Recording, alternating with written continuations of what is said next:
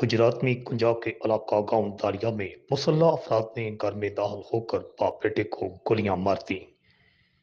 बेटे की हालत तशवीशनाक बताई जाती है।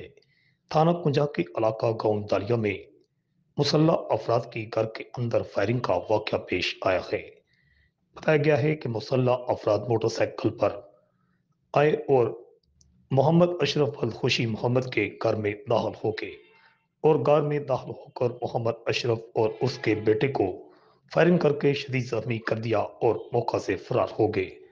इत्तला मिलते ही पुलिस और रेस्क्यू टीम मौका पर पहुंचे और जख्मी बाप बेटे को अस्पताल पहुंचाया।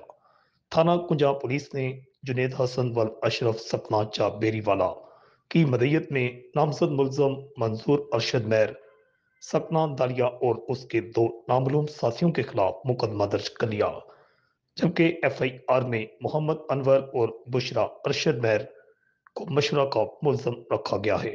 पुलिस ने मुलजमान की गिरफ्तारी के लिए छापे मारना शुरू कर दिए। रिपोर्ट आकाश नियाजी, अल हिजाज न्यूज, गुजरात।